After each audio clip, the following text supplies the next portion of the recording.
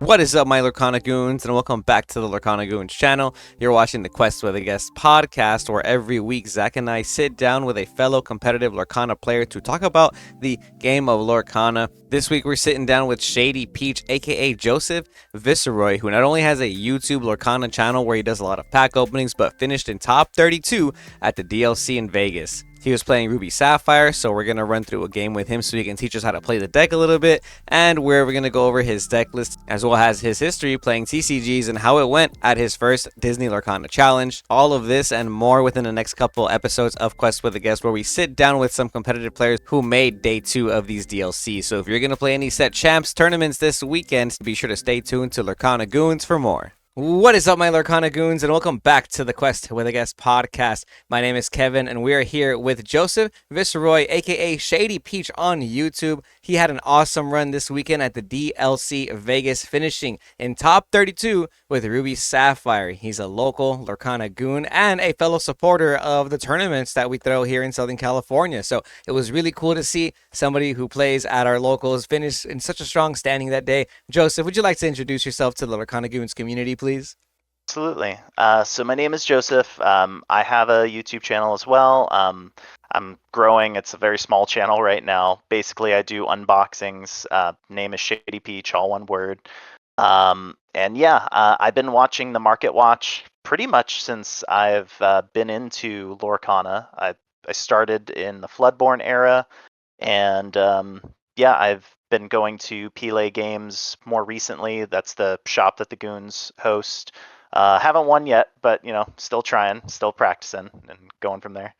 Hey man, the wins don't matter sometimes. It really is just about getting the practice in, getting that variance in. I was actually talking to Zach the day of, because we're super excited for you, dude. And I was like, dude, it is so cool to see like someone who plays at Pele like go on to day 2. And I was like, and I know he's ready. Like I know Shady Peaches, he's been grinding. He's been grinding because we have a lot of competitive people that play in Southern California, especially some that come to our Enchanted tournaments. So it is it does showcase a lot that you've been trying. So speaking of that, what kind of preparation did you take going into this DLC? Was this your first DLC? I know you said you have a little bit of experience in other TCGs. Like, what have you done in those games? So my roots is definitely Yu-Gi-Oh. I pretty much played Yu-Gi-Oh. Geez, like since like 2005, all the way up to I'd say like 2013, whatever era that was.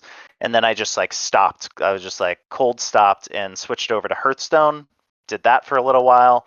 And then once Lorcana was introduced, it's funny. My girlfriend it gets mad at me about how much money I spend on the game, but she was the one who originally told me about this game. So I kind of blame her for all the money that's being spent, just because Disney is a thing that we're all a fan of, and she has a lot of girlfriends that say, "Oh, like the Disney card game. Have you heard of it?" So, um, but yeah, for preparation, I do have my Yu-Gi-Oh veteran friends that I've played with all my life, and I've slowly been infecting them to come over to the Lorcana side. So yeah, I've one of my friends. He runs a red green deck.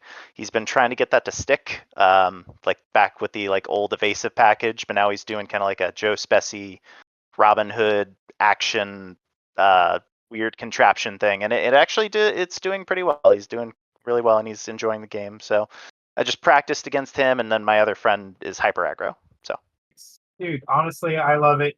As you know, too, Kevin and I are our backgrounds Yu-Gi-Oh as well. And yeah, for us to make that change and kind of go from one card game to other, it took a lot because I know how I felt about Yu-Gi-Oh and how I still feel about it to this day. And it's the game I grew up in. A lot of times I like to say that like sometimes card games are our first love. But mostly the times that I've gotten to, the experiences I've gotten and from the times in Lorcana have been so fruitful and so enjoying for myself. So to anyone that's watching, what advice do you have for people that are looking to transition from one card game to another, especially if they're actually planning on coming into Lorcana? So I would definitely say one of my favorite things about Lorcana is absolutely the community. I can say confidently that the Yu-Gi-Oh community was pretty 50-50 when I'd sit down and play someone. When it came to like the type of person I would fight, it'd be a lot more sharking. Not that every card game is going to have people that are like that, but I don't know. I've always, even at my locals, there's always people that are like, oh, you can take that back, or like, oh, I misplayed, or like they'll like, sometimes they'll be like, oh, I'm missing a Flynn Rider, and someone will be like, here you go. Something to that effect. So it's just such a really nice community, and I think that's the Disney fan and everybody. At my locals, they'll play Disney music, lo-fi on the TV, so we'll be battling it out to like Let It Go. So it's just a good vibe overall. I like to take credit for that as well. I tend to look up like lo-fi chill Disney sounds. Like when people are playing in our tournaments, I feel like I want to really set the mood, and I've gotten compliments on that before. So thank you for bringing that up. Yeah, man. It sounds like you have had your head in the game for a minute now. I really hope your Yu-Gi-Oh friends jump ship and join the Mickey Mouse side, the dark side now actually, because they own Star Wars too. Yeah. How did your friends react when you told them like, hey, fellow duelists, I finished top 32 at the DLC? I had a couple friends come with me. One of them was able to enter. Basically, the crazy thing is like just getting a ticket for Vegas was a bit of an adventure too. There was actually four of us that were trying to get tickets, and only me and one other of my friends were able to snag one. The other two got put on the wait list, and we were all clicking that button right when tickets went on sale. Um, so me and my friend that were able to go, and another friend who's pretty much still hanging on to Yu-Gi-Oh. He hasn't quite jumped over to Lorcana, but he respects it, but he's still like, nah, Yu-Gi-Oh though.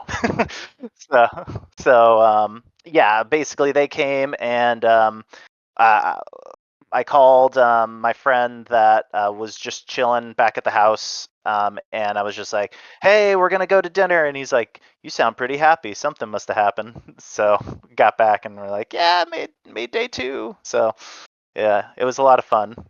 That's sick, man. I'm really glad that we had some local representation up there in the top tables. Can you kind of break down a little bit of how your day went, your day one, your matchups, whether or not you won or lost, and if you can even include like if you decided to go first or second, that'd be awesome. And then also your top cut matchups. Yeah, absolutely. So I do have a friend who did share with me the advice for red blue players to go second if the opportunity is there, just to be able to kind of know what you're playing going into the second game and have a better control of your mulligan and being able to go first.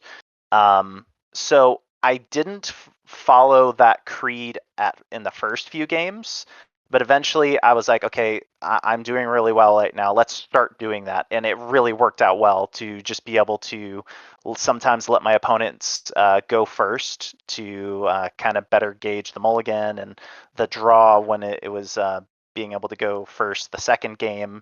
I felt like it was a nice little advantage. And some others were in on that too. I feel there was a few people that won the dice roll and they were like, okay, you go first. And I'm like, okay, it's not just me. But yeah, so I have like my full list. So this is a little funny aside. I usually keep track of the lore with my phone whenever I'm at locals, but I knew that you can't do anything electronic at the DLC. So I asked my girlfriend, like, hey, do we have like any like notebooks? And she's like, yeah, I have the perfect one for you.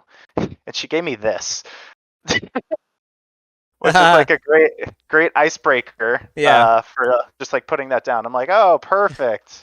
So uh, yeah, I like lucky, kept track of everything. lucky dog, It's lucky cute. notebook. I love it. It's cute. Yeah.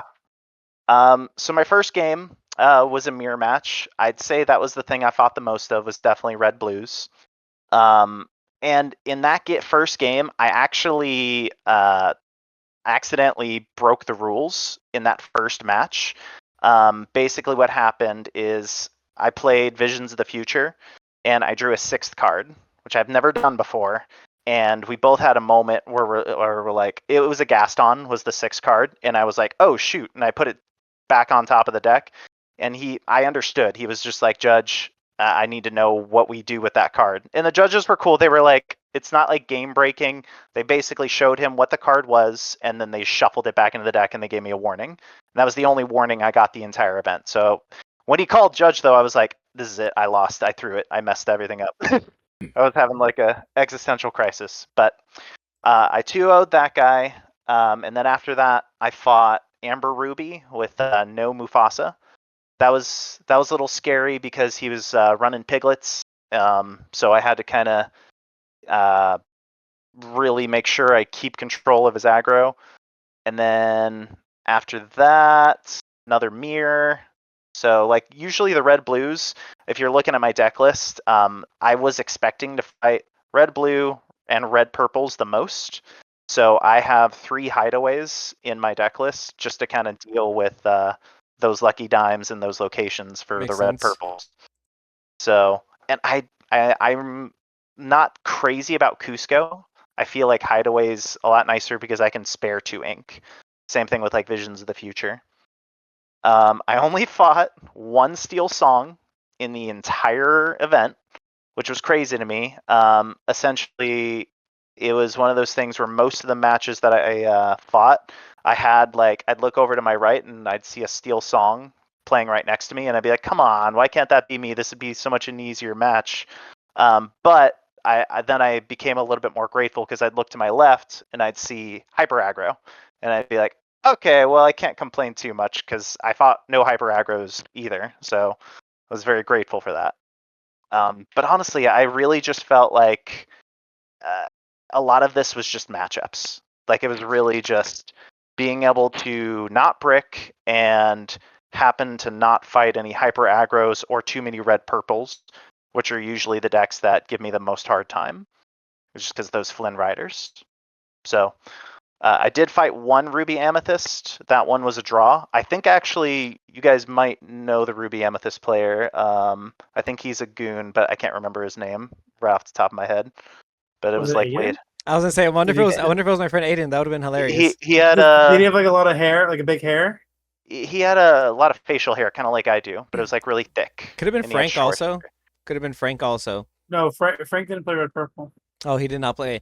I don't know because I feel like only me and Aiden played red purple from our, or it could have no Devin didn't. Devin played green yellow. Yeah, I don't know, but it maybe Yeah, not. yeah. After that, I'd say the scariest thing that I fought in day 1 was actually Emerald Amber. I barely managed to squeeze out a win in the first game, just because he wasn't able to get his draw engine. And then the second game, it was really just those Mufasas, the one where it makes me discard 2 cards. You have You have forgotten forgotten me. me. Yeah, yeah, yeah. And he was playing like Lucifers and like bouncing the Lucifers with the Mother Gothel song. Ooh. Oh, So I was just that's like, nuts. Oh, bouncing Lucifer is actually crazy. What the heck? yeah, I was just like, okay, I'm just top decking. I just got to get to 7 ink and then hope I top deck a be prepared. So, in the end, let's see. In the 8th round, I fought another mirror. The guy that I fought, and I 2-0'd him, ended up getting 64th place. It was funny because I saw him on the big screen, and I think he fought against Zan Zaid at one point. Oh, That was I think Ryan Lowe got 64th place. Zach. No, Ryan. No, No. not at all. He beat the guy that beat Zach Bivens and that yeah, Oh, lost to okay. Oh, Zan. there you go. He There you was go. on yeah, he yeah, was on the Chicha. He was on the Chicha red blue deck. yep, Oh, okay, yep, okay, yep, yeah. okay. That's cool. That's crazy. That's cool. Okay, wow. You had a tough run from what it sounds like. A lot of players that you also played ended up in top cut from what it's looking like, or also just put a lot of pressure on you. I remember you saying that I remember we saw you in between rounds, and we kept asking about everybody shows his record. Obviously, it's what you do in between rounds. What's your record? What's your record? And you walked by really fast, and you're like, I'm 5 wins, 0 losses, and 3 draws. And we and Zach just looked at you like, oh no way, dude! Like that's the record. That's it. Yeah, Did you you? made it. Yeah. Yeah, and then you kind of just walked away, and Zach was like, I don't even think he knows what he just did. You know what I mean? I didn't. I had no idea. Uh, I was also just like on like a different plane because I was just so hyped from the adrenaline of it all. yeah, you're locked in, man, and But you're in the flow. I could tell. Hmm. Yeah, I could tell. I walked by this guy so many times, and I was just like, "You haven't lost yet. Keep it going. Keep it going." And that's honestly like really like I'm very like grateful to be around like this community because there are people that as humble as they can be. They're just here for the love of the game, and they just so happen to do well at it too. And honestly, this is just like I want all those listening and watching to, if they are inspired already, then that was the point of this episode today for sure, was to inspire those that are really trying to put themselves in that position and have been grinding and playing set champs and getting, consistent results that they may want better results, but honestly, guys, when you go to these challenge events and you play in this kind of atmosphere, when you're locked in, and that's really important. So yeah, I mean, you were talking about a lot of your matchups. Which ones do you remember splitting against? Because I think into your last round, you probably got to intentionally split and get to move on to day two. But what were the ones that you 2-0'd? And then I think you did mention that you split against the green yellow deck, right? So what were the other ones? So I split. Let me see. Yeah, definitely green yellow. Oh, I split against the Ruby Amethyst deck. He destroyed me game one just because Ruby Amethyst, it's really just like if they have a strong early game and I don't, it's over.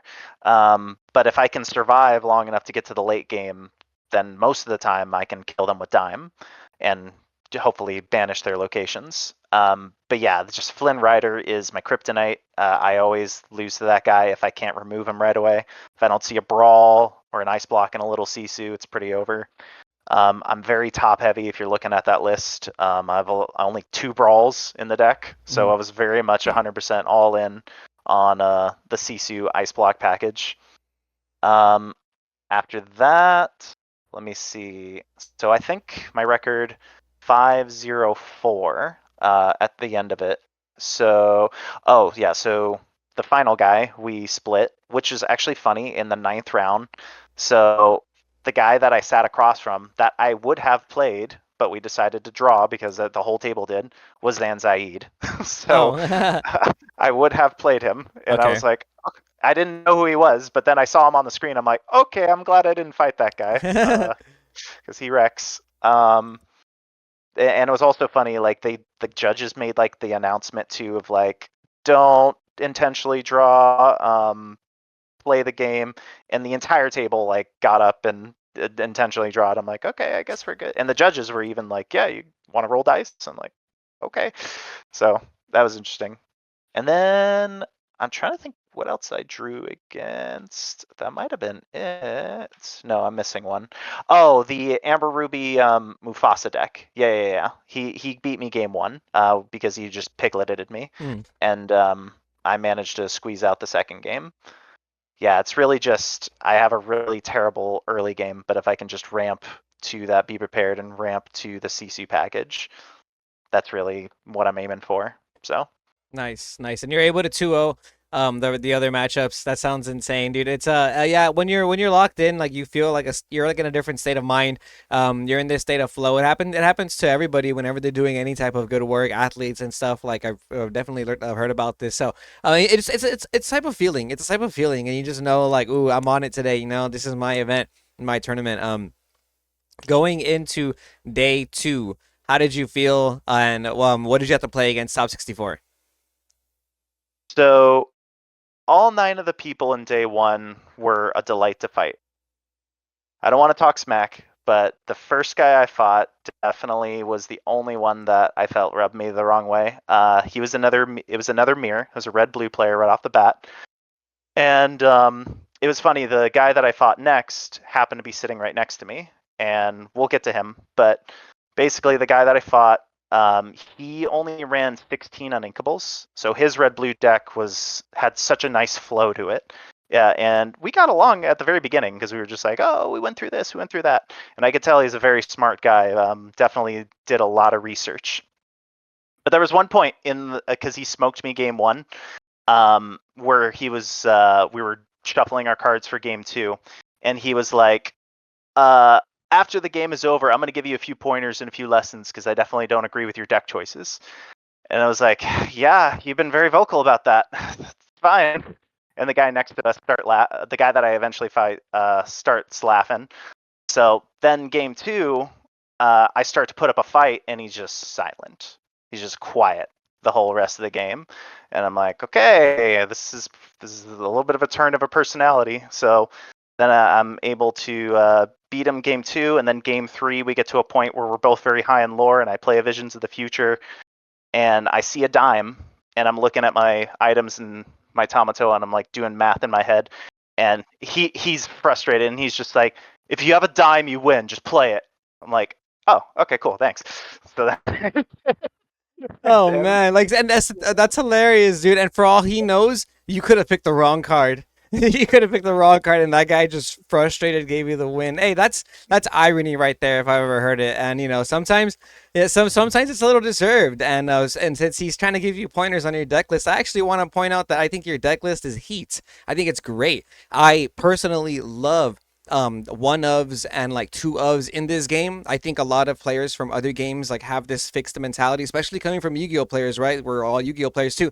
This like fixed mentality on you have to play 60 cards. You can't play one ofs, you can't play two ofs. But Lorcana is a way different game, especially when you're playing a blue-red deck that plays Visions of the Future, Grandma. You're playing Flavor Shams to draw. You're playing Popsicles to dig. Like I personally like I've done really well at the DLCs playing one ofs and two ofs, and a lot of people like to be on their high horse and be like, "Let me give you some tips, little bro." And then once the pitches don't come their way, that's really when players start to shine. You know what I mean? And a lot of it is experience. A lot of it is like in the moment, like and then that's really good to hear. That's really good to hear that you're able to show him that your deck is more than capable of handling any situation. I like that you're playing Gaston, by the way. My opponent last round of Swiss. We're both on the bubble. Winner goes day 2, loser gets nothing. He played Gaston on me. I'm playing Grubian, by the way. I set up a Flynn, I thought Chernobog Flynn line. I'm thinking I'm good because I have Fox, right? Because I'm thinking like even if you ground maul, you can't stop this Flynn from going off twice. He goes Gaston on me next turn, and I'm like, now my Fox don't even trigger this Flynn. And then he proceeds to sing one jump ahead after I try to get his Gaston to crash into my Chernobog, and it's just downhill from there. It's the deck choices, man. What cards did you really like from your deck? What cards would you consider taking out? so my favorite Ruby card, and I think it'll always will be, is definitely Lady Tremaine, especially for red blue. A lot of people I know don't really run her these days. They prefer Medusa. I understand the importance of Medusa for sure, just because of the ice block mechanics. I love Tremaine because she is perfect against threats that Medusa can't kill. So, like an opponent's Tamatoa or an opponent's Maleficent Monstrous Dragon. And it gets around Ward, and it also has that 2 lore, which is great for Dime. So whenever I see Tremaine, I'm never like, oh, this is dead. I'm always just like, I can spare 6. That's fine. I can drop this down. And it's much easier to just sometimes throw down her and dime her and hang on to my Maleficent Monstrous Dragons, because I could maybe play that and kill whatever it was I was going to kill, but I might not be able to dime because it's an expensive card. So I love Lady Tremaine, one of my favorites. I really do like How Far I'll Go, but unfortunately, How Far I'll Go, it sometimes is a little bit of a dead draw just because it is an uninkable. So it's one of those things where I wanted to keep it in the deck, so I just put one of in there, and that seemed to work out rather well. Trying to think of what I would take out. I do definitely want to tinker with things a little bit. It's funny you brought up the Gastons. They were for you. They were for red purple players, Makes and they sense. were for hyper aggro. But I only fought one red purple the entire time, and I didn't fight a single hyper aggro. So I'm kind of torn on that, where I'm like, I probably should keep the Gastons in because for this format, because I will fight those. It's inevitable. I just got very lucky and didn't ever have to really use the Gastons. I just inked them. I think I killed one Daisy Duck once. That was pretty much it. So Yeah, no, this deck list is I would say interesting. Some like, my testing circle have a lot of red blue players, and they strayed away from Ice Block completely and the human Sisu. I know my top 64 opponent had both those in his deck, and trust me, I was more scared of playing that version of the deck. And I knew a lot of people were trying to shy away from playing Ice Blocks, but I think going into the meta, everyone was kind of aware of like Daisy taking more of like a precedent in a lot of like Amber Steel lists. Of course, Hyper Aggro is something to worry about too. And not only that, Heat.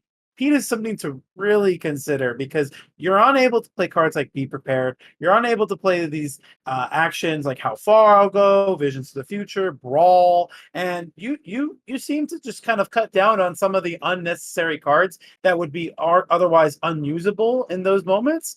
And honestly, it did kind of show its way, even though the matchups that you played weren't necessarily those matchups you had prepared for. It's still something to consider too, because I think the Gaston character still checks other decks pretty well. Like when you don't have the answer to the Hiram, that the Gaston can still be able to put 4 damage in it. You can clean it up with something nice like a Grammatala, for example. It does have the 2 willpower, so it's weaker into Steel Song. But those inkable cards are very much sometimes like the catalyst to justify playing cards or not. But yeah, the ice blocks, the human Sisus, also that Tremaine, those were uninkable cards. And you even mentioned that the uninkable count was something to really worry about. Like, were there ratios that you really valued more in your testing process and in your deck building process? And if you had like any changes to kind of make based off that, what would you do? So I did talk to a lot of different red-blue players. Most of them did have an uninkable count of around 20 to 22, somewhere within that ballpark. There was a couple that I did talk to that were able to get it down to 19. And honestly, I wanted to force a few more inkables in there. Like if I were to change it, I definitely do miss Vitalisphere. That's a great inkable card, and it's an item that can go well with Flaversham. But I would say it was I'd say that I've never played like a big event before where I was able to really utilize Tipo. I feel like Tipo was definitely the MVP of this one just because I always saw him and I always saw little Sisu. So Tipo was able to really just totally control the level of uninkables that I had and just made it so that way it wasn't really an issue until the game where I finally lost. We want to go over that, but that was the only game that I bricked. Yeah, So it was inevitable for sure. tell us about that top 32 game, man. How'd it go down? So the guy that I ended up fighting, first of all, I want to give him a shout out. His name was like That Mo Kid. That Mo Kid. He has a YouTube channel, and first I want to say he's the nicest guy on the planet. I'm so glad that I lost to this guy. If I was to lose to anyone. Do you remember his YouTube? Yeah, I think it's that all one word. That Mo Kid, MOKID. Okay. And Oh yes, dude, he won a Mickey. yeah, he ended up getting 8th place. That's dope. That's dope. Was it the Yeah. green purple guy? Like Yes. the green purple guy. That is that's a tough Mm. matchup for you, man. That's a tough matchup for you.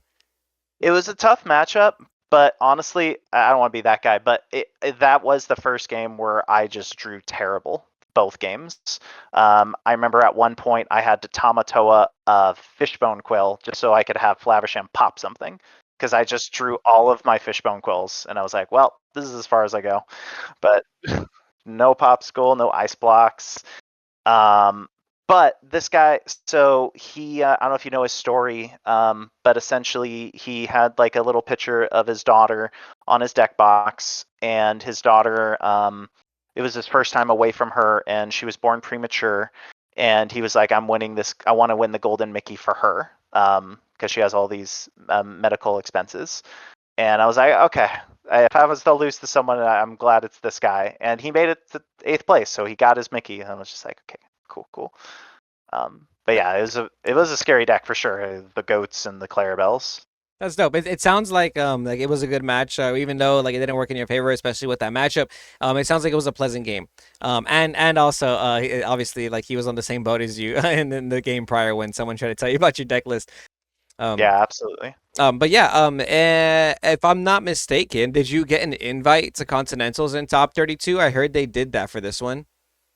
That was the game where if I had won, I would have.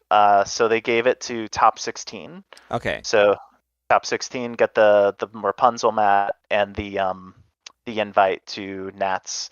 So I got the foil Rapunzel. Okay, so Do you're you able to still walk have away. those prize cards? I do. Not at the hotel room. I mean, I can send you a picture, but Oh no, just I mean we do the market watches, and those that are watching that are more into the market side, but also kind of play.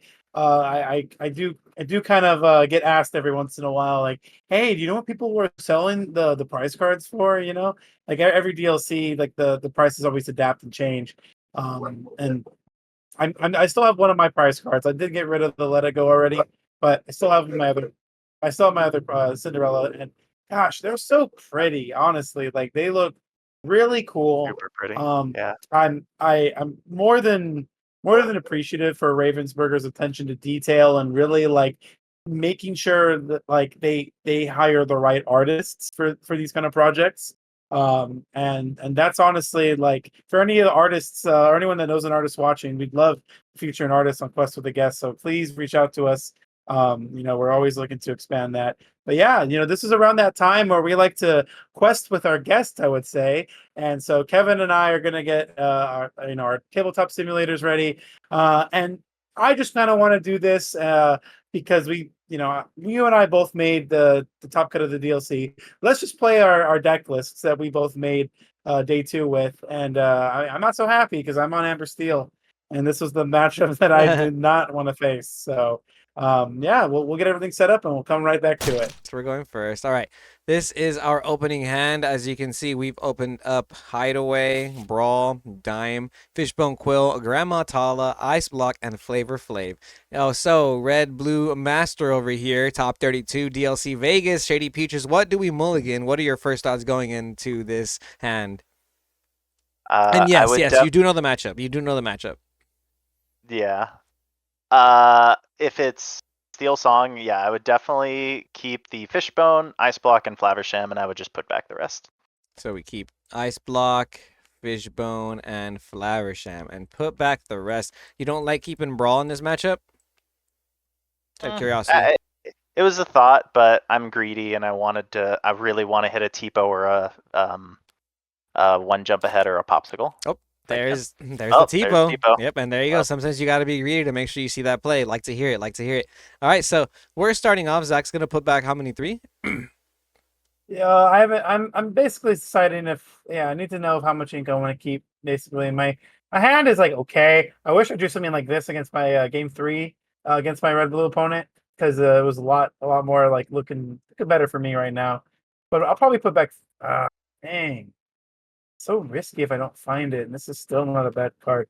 I'm just gonna put back 2. Okay. Oh, what did I do? I mean, you just put it at the bottom. Hold I on. think you drew. Yeah, no, I wasn't. Oh, I know what I did. I pressed the wrong button. So let me put this back. Those are the cards I literally wanted to keep. I got okay. So I think it's this, and I do that. There we go.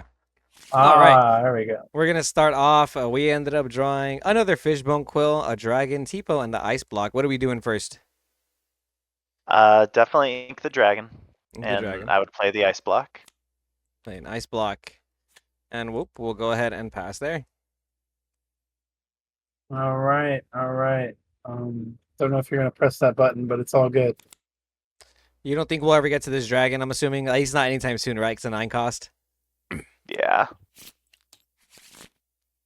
All right, guys. Well, I don't know if I want to keep that because it's the quest. I haven't actually done tabletop yet, so this is kind of cool to see this in Okay. action.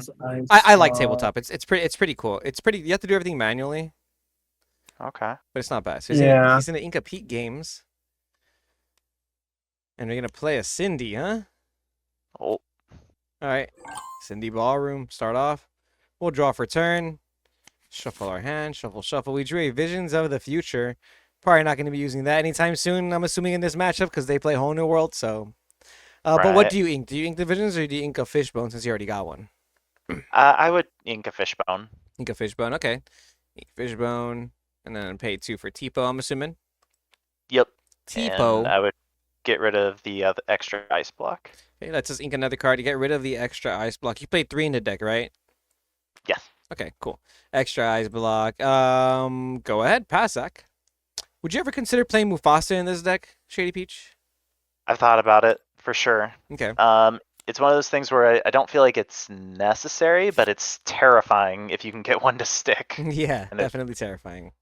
Okay, so Zach's gonna go ahead and start off with a Storm Rage on, singing it, popping our Tipo, very typical of the Amber Steel strategy. Hmm. Dang, that. Ugh, so bad. Now he's also gonna think for a long time, also very typical of the Amber Steel strategy. I think Nothing too long. in this entire format, I think I've only fought 2 steel songs. Out of your entire like tournament run so far, that's wild. I feel like I see them all the time. Yeah, I see them. They're around. Basically, ink another Pete games, play a Lantern, Lantern tap, play a Robin Goons for free. No question, so that's good for us. All right, we drew a card. Card's pretty good in this matchup. I kind of like it actually. What do you do here? Do you set up your ramp in fear that there could be a shift whole new world coming, or do you play a 4-cost character? He played a Robin Hood. Um, Gosh, I probably would go ahead and yeah, I'm gonna go ahead and say let's actually drop the Flaversham. So let's ink the Visions of the Future, Okay. drop the Flaversham, and have him do his thing.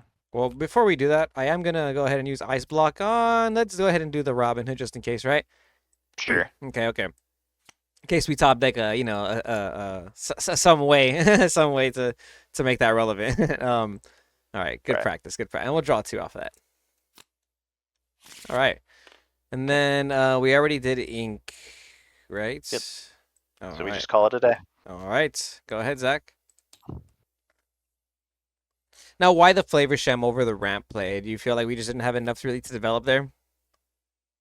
I mean, if he does go ahead and play the big Robin Hood and Whole New World, I will definitely be eating my foot a little bit, but I'm a little afraid if he sees me go ahead and just empty out my hand that he just won't play it. So I would rather just force it. Okay. Like I just need to get to end game with Steel Song. So Okay. That makes sense. I've also heard people say like 1 or 2 Tipo is enough to get you there. You know, like you don't even necessarily need to be dropping Fishbone against his deck sometimes because they will whole new world. And like you said, if you dump your hand, they won't do it. So at that point, like you can kind of just maybe dig for like another Tipo or a 1 jump, and then like you just kind of get to the 6, the 7 a little bit faster than they do, right? yeah, if he doesn't play it, then I'll definitely be playing Fishbone this upcoming turn. Okay, so he's gonna ink 2, play another Lantern. He got double Lantern on board. Now he can play a 3-cost character for free potentially. If he inks, he does not ink. He just plays a pig. Ooh, Plays the okay. pig activity. Very kind of scary. That might change some things. Quest for 2. Okay. Yeah, so now that pig's applying a lot of pressure there. Okay. I almost want to say maybe we can just ditch the Fishbone at this point, right? Like, Yeah. but then Yeah. Flavorsham kind of nice here. You know what? Yeah, I would say. Oh man, that Maui is tasty as well. I definitely want a Maui here. Yes. So I would say ink one of the T-pos Okay. for sure. Ink a Tipper Rune, and then we'll just go ahead and play Maui. Wowie. Next turn, he can ink and shift the big Cindy. I'm inclined to want to hit the Cinderella Yes, because we know he didn't shift Robin Hood already. So I agree. okay. He also didn't big. Oh, he didn't ink. So next turn he can ink play Big Cindy. So we'll do that. Yeah. So I mean, there's a world where he has like Big Cindy, inkable or inkables and stuff like that, and we'll pass there. Maui's kind of good. Yeah. Yeah. Even just that Flaversam's one. just Yeah. chilling. Even just that one ramp got us there. That's very nice.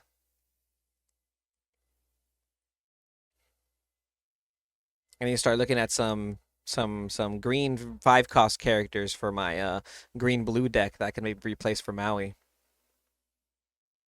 So I looked up a locals that's here in San Luis Obispo, and there was a guy that was running green blue, and it was actually pretty scary. With all those dimes and the you're welcomes and just a lot of deck control and ramp. Okay, Oh, okay. Oh, here it all comes. right. Inca Robin Hood, play a Robin Hood for 5. Quest for 3. Quest for another one. He's gonna do it. He's gonna do it. Yep. Pass back. All Yep. right. That's Oh, Pass bag. Draw. Ooh. got a quest. I gotta get that 3 Laura Ooh. Piglet once. You have There's to get no it way. ASAP. You gotta get There's it There we no ASAP. way I go. do any other line. So we Let's- start off drawing every time, right? That's some advice. yes. Okay. Play that popsicle. Yeah. 100%. Yep. Usually you want to draw first to see what the rest of your play is going to be. I like that draw. It's a very good draw there. And now we're going to go ahead and quest with Flavor Sham because we have no way to use Flavor Sham's ability to challenge. So we'll draw 2 more. And even if he has a whole new world, it doesn't matter. All right. I Ooh. definitely want to do this card now, just in case he does have a whole Yes. new world. Okay. Yep. So we will pay Absolutely. 3 ink now. And we will go Fishbone Quill. To play around his whole new world, we will use Fishbone Quill to ink a card, probably the Grandma, since we have one One of the already. grandmas. Okay, okay. Now, do you still play Tippo here? Well, I would just ink the other grandma. Ah, really? Okay, Yeah. okay. And I would go ahead and play the popsicle. See what you draw. Well, let's play the popsicle first. Sorry, Yeah, sorry. yeah. Let's Do play the that popsicle. first. So we'll do My play bad, my popsicle bad. first. No, you get play popsicle first. Do we draw? Yeah, we should have done that before I even done the Fishbone one. That was bad. That was my mistake. Okay, okay. Now I feel now I feel really confident in inking this Grandma. Yes. So now we'll ink the Grandma. And then Yeah. I kind of still want to play him and just not use the effect. Sure. That's fine. Or what do And you think? Is there, do we get punished? No, I kind of just want to, yeah, right? Just, okay. No effect. No Okay. effect on Tippo. We'll leave our Tippo. And then we need to clear this, I think. Yes. Yeah, so bam. Hit your, Maui has a barbecue. there we go. Go ahead, Zach. Now we're getting to that late game. Zach only has, Oh my gosh! This is not. It's so unfortunate. is it all 3 whole new Ugh. worlds? No, it's not that bad. It's just more like I didn't want to have to ink these cards right this early, but I have no choice. I have no choice.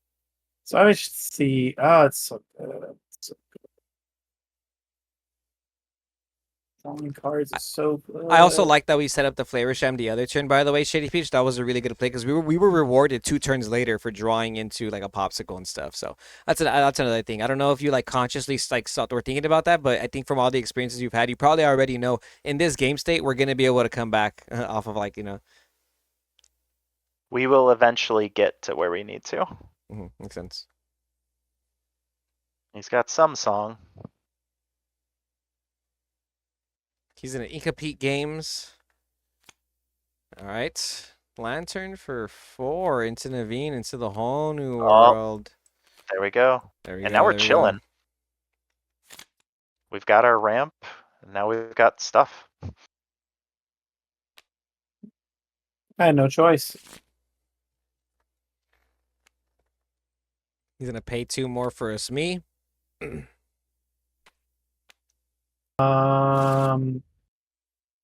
I guess I can challenge and gain 2 lore and draw 1. All right. He's at 8 lore, which is a little intimidating because he has 7 cards, but we got some new cards in hand. We got Double Big, Sisu, B Prep, Hideaway, Flavor Sham, a Lucky Dime, and Gaston. And we have to draw an 8th card for turn.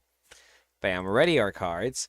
We have so much to do here. We have so many options. What is your initial thought? What's your first play? West with both of your guys, and definitely play Be Prepared, depending on what you draw. So I would draw with Flaversham. Okay. So you really want to get this card out of your hand. I feel like it does make sense, especially because of the fact that they do play Bare Necessities as well. Maybe you just want to be able to use this. But you know my deck list in this game, right? You would in theory for playing like my list did play Bare Necessities. That's true. No bear, but we might as well clear it before another whole new world comes down. I think as well. And I So didn't miss pressure Bare well. Necessities at all that weekend, honestly. If you can, I would have Tipo sing that one jump ahead. Oh, okay. Never mind then. Oh, you're right. You're 100% right. You're right. That's even better. So we'll Tipo 1 jump ahead. Bam. And then we'll still be prepped for 7. Yep, there you go. See, I was about to quest with him. I was about to quest with him, ink twice, and play 1 jump, but it's probably better to just And have ink you inked? twice. I have not inked yet. You don't need the Gaston. Oh, we I don't, feel. Okay. I was gonna say, do we ink twice, play Gaston, and get some tempo? But if it's not necessary, okay. And do you want to ink again and maybe use visions or maybe the hideaway? Um, yeah, I would say you can fishbone the vision, or I'm sorry, the hideaway and play vision, Okay. because I don't really think there's anything scary that I need to hide away on Steel Song. Ooh, I definitely know what I want to grab. It rhymes with swaggin. Yeah, yeah, I think we've drawn enough. I would Yeah, grab one of those. you know what I mean? Like I think we're chilling. I think I'm confident we'll see another one. Yeah. I'm gonna see another one. All right, go ahead, Zach Stone. We're swagging. I wanna swag it with you. He's gonna ink. Oh no, you're gonna pay 5. Oh yeah, ink strength, and then play Robin Hood, play Smee. Yeah, I don't announce things because you should be paying attention anyway. No, Zach only announces when he's winning. When Zach's winning, he announces every play. When he's losing, he's just silent. Silent, Zach. That's how we I know. feel That's Come how on, we Zach. know. All right, so we're gonna draw a Smee and a Robin Hood is no match for our big guys over here. 9, yeah, we have 9, 10, 11, 12, 13. We don't have enough to play 4 and 9 drops this turn, but we can do some stuff. What's the play? He's got 5 cards in his hand. Hmm. Odds are he's probably got another whole new world. I would probably just focus on killing that Robin Hood. So I would ink the hideaway and drop the Maleficent to kill the Robin Hood. Are we gonna fishbone anything this turn? Nah. Okay, so then I will use fishbone to ink hideaway. That way I don't reveal that we're playing hideaway, or don't reveal that I inked it. You know, just in case he's keeping track. So that's 9, Oh. and I will pass there.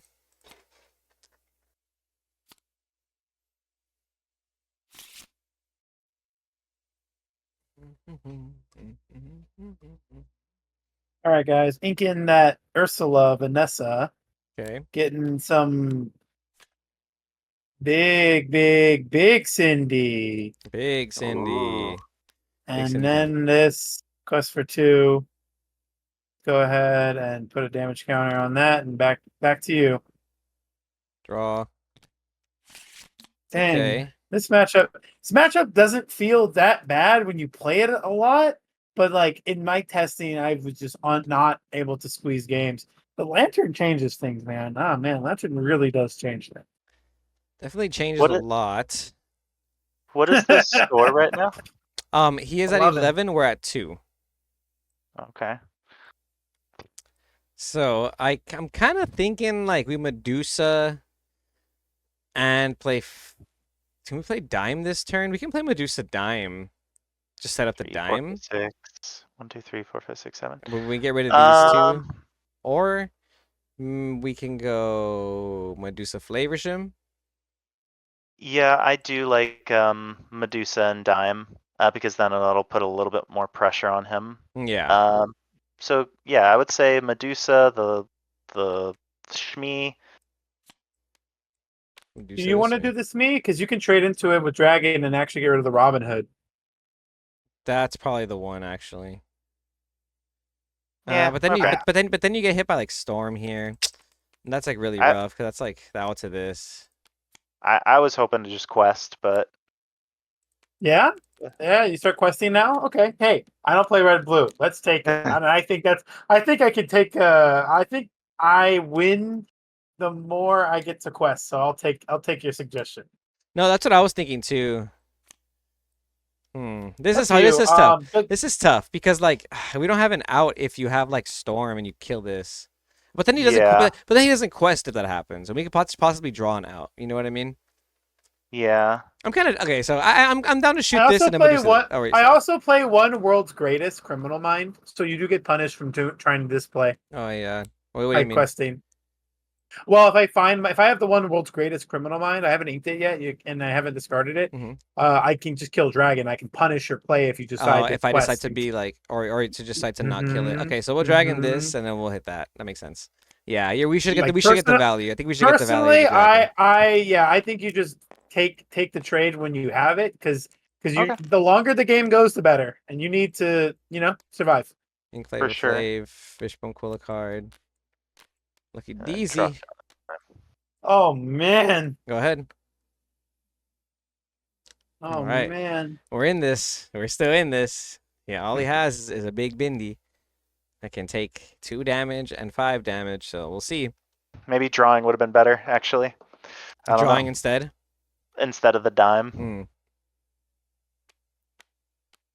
We'll see what he We does. could potentially draw into something good this turn. There's 4 here. So he's gonna ink an aerial. Oh wow. Okay, so no draw. So we didn't draw, and I think that was good. I think that was good, right? Okay, so Yeah, you guys got a little rewarded for your play, You- but you I ain't- have no choice. you inked Ariel, you played Vanessa, and then you hard casted a whole new world. Yes, Ooh, I did. Okay, there you very go. nice. But now he can attack the ready care. Ooh, this is very There interesting. they are. Yeah, we've been looking for these guys, right? I was looking for all of those guys. I know. Where have they been, man? At least we have some wombo combos we can do now. We have some cute cards to kind of close. Now I'm kind of glad we set up this dime because that whole new world would have been like, we got to do a lot. We got to pop a card and we got to pop 2 cards, set up a dime. I like that.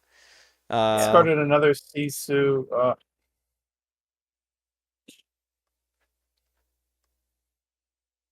The class trades in the do that. Definitely do a little.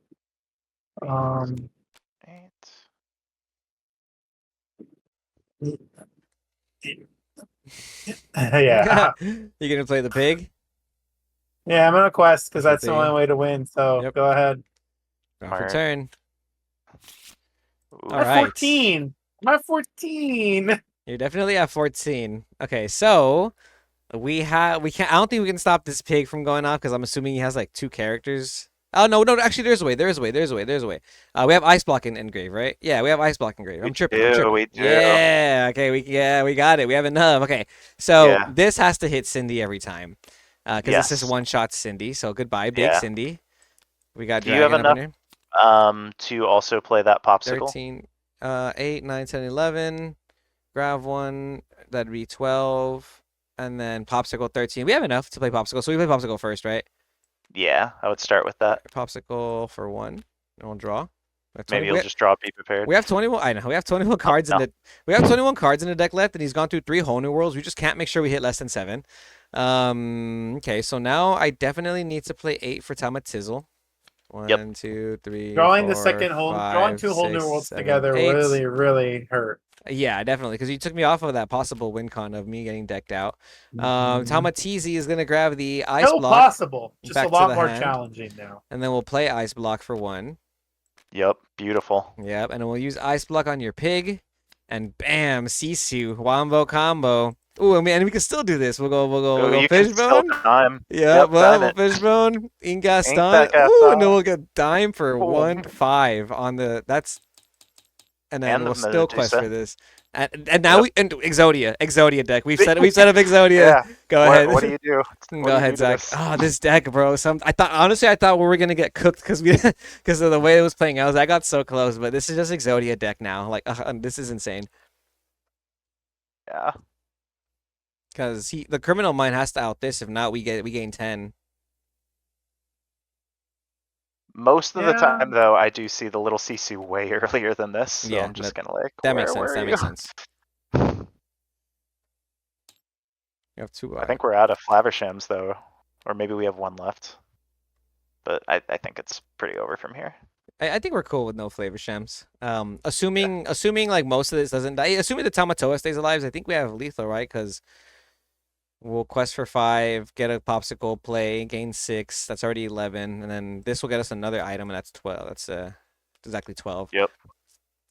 So it's just Tamatoa that has to stay alive, and that's why this deck is wild. Like it's one time once you slap Tamatoa on board with the Dimery, like the way we set that up was just perfect. Yeah, you'd have to like Zeus it and. Oh, is that what it is? There's a Zeus. Yep. Oh, Zeus in strength. No, he got it. He Okay. got us. Oh, come on, come got on, us. come on. Put some respect on my name. Put some respect. Put some respect on Zach All Stone. right, I'm still Okay. dead. I'm still dead. Just not this but turn. Not this turn. Okay. Well, so now we have to. So he has 14, 15, So you 16, can 17, 18, 19, 20. He has exactly lethal, but we can do a couple things here, right? Yeah. I expected to do anything and everything at this point because I'm barely surviving, but it's good to have this amount of lore, so you have to answer every board I make. Yeah. How much lore do we have? We're only at 8. 8. So we can go to 10, And and then you, Tamatoa can get us to like 16, but we can't pass. So we have to kill something. So Okay. we can still do the same play we did last turn, just ice Yep. block. So I'm gonna ice block your aerial, and then we're gonna is go it ahead. Ariel or is it Daisy? Daisy's already one strength.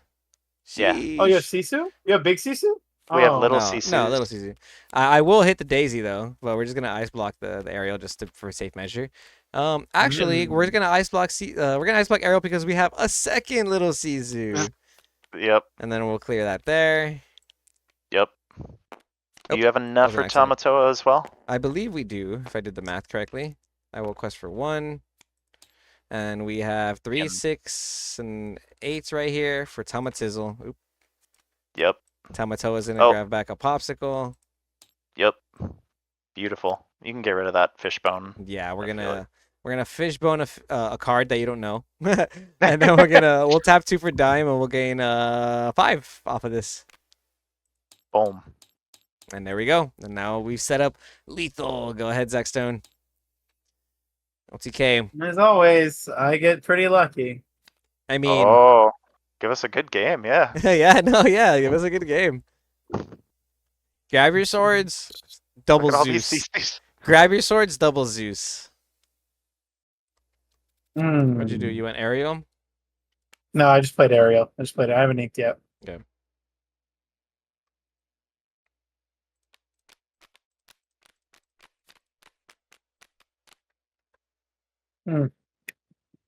Actually, I don't know if that would have been better. Uh, He does see the grab your swords. That's what we were talking about. Wow. All I'll right. get some stuff out of there. Inca Punzi. Ink Rapunzel. Mm-hmm. 1, 2, 3. Oh. Oh, but then I can't find that afterwards. Oh, it's really bad. Oh no, but I can't find that afterwards. And then that's just gonna kill me. Oh, but then that kills me. Oh my god, catch 22 if I ever been in one myself. I guess it's sometimes. Oh, but it doesn't do anything. I hate this game. Judge. I have to. Once you play a Tamatoa against Steel Song, they have very little ways to get rid of it unless I have to do this, actually, believe it or not. Oh, okay, wow. There you go. And the grab There your you sword, go. I just didn't want to draw later, if I'm being honest with you. Okay. Okay. All right. No. That was I mean, I don't know if it does anything. Oh, no, I just played the arrow. No, that was perfect, but I can't kill everything. That's crazy that we drew have to this. just 'Cause we 1, discarded 2, a third. We discarded a third 3. Tamatoa, and we drew the 4th one. Criminal Mind, Tamatoa. Okay, there's the card. There's the Criminal card. Mind Tamatoa. Yep. Then 1, 2, play this. Oh. Then for 1, play this. Oh, look at And all I'm dead. Yep. Yep. Look at all these characters that have 2 or less attack. Oh, I know, right? So we're just I gonna think I'm just dead. Yeah, call I'm it a just dead day. too. It's just these two. Yeah, we Yeah. just quest with everything. I didn't have Woo. enough ink. I didn't have enough ink to play Sword and Greatest Criminal. That would have been Yeah, the only way to put that would have myself been into the game. Oh man, yeah, And- because you had to do the whole new world there too. And then I needed to not have 2 whole new worlds stacked together. So I don't know, like that game felt really bad, knowing I had to ink my 3 Pete's in the beginning of the first few turns, And that's something that I really like to have in the later games to kind of force you to have the big Sisu and be prepared to be like not an option. But you playing the to be prepared a little bit early on made me feel better about having my Pete's already inked away. And again, the reason why I decided to play 3 Pete in my deck was to feel like it was already being accounted for into the format. So yeah, that matchup is just so hard. But lanterns, I don't know if I had even a chance without them. Yeah, the lanterns were definitely putting in work, and the piglets always terrify me. When I saw the big Cindy and it sticked, I was like, "Uh oh, he's at high lore. I better get moving quickly." So, Exactly. But yeah, that was I mean, I have a better record against Kevin and the guests, but you get to not notch one down for Kevin's side. So it's always a pleasure. And Woo. thank you again for questing with us. Before Yeah. we let you go, Shady Peach, I do actually have another question I'd like to ask you. Since we are playing a Disney trading card game and all of that, is embodied in all of us as Disney kids growing up. Uh, what is your favorite Disney movie and character, and why? Um, uh, yeah, I would definitely have to say Aladdin is my favorite movie, and the movie is already a fantastic movie, and then they introduce Genie, and then it just becomes 10 times better. So Genie is my favorite character, and Aladdin's my favorite movie. And Robin Williams is like one of my favorite people on the planet. So, or was. But Rest in yeah, peace to a great. Rest in peace to a great. Yeah, nice. yeah. Yeah, second Robin Hood from the sorry, second Aladdin shout out from this Vegas top 32 that we've gotten in this. But yeah, man, thanks again, Joseph, aka Shady Peach. Go check out his YouTube channel. It has content for TCGs now. Lorcana, you just made top 32 at DLC Vegas. Can't wait to see what you do in the rest of your journey. Will you be going to Seattle? Won't be going to Seattle, but I'll be training for champs and let people know what I'm gonna play for champs, and I'll keep an eye out for future DLCs. That's right, man. Thanks again for being our quest with the guests, and congratulations one more time on representing Southern California and getting top 32 at DLC Vegas. My goons, if you like this content, be sure to like, comment, and subscribe to our channel and Shady Peach's channel as well. You guys have been watching the Quest with the Guests podcast, brought to you by Lorcana Goons, Kevin and Zach and I. Zach, you want to see us off today? Of course, guys. Well, this was Quest for the Guest, the podcast where you can lore for more. And just to make sure, if you guys are still listening and watching, get in our Discord if you aren't already. Tons of awesome new features are being introduced, and Kevin and I are looking to grow the community that has been built. So please get into Discord. It's super awesome, super helpful. And as always, guys, stay tuned to Lorcana Goons. All right, we'll see you goons next time.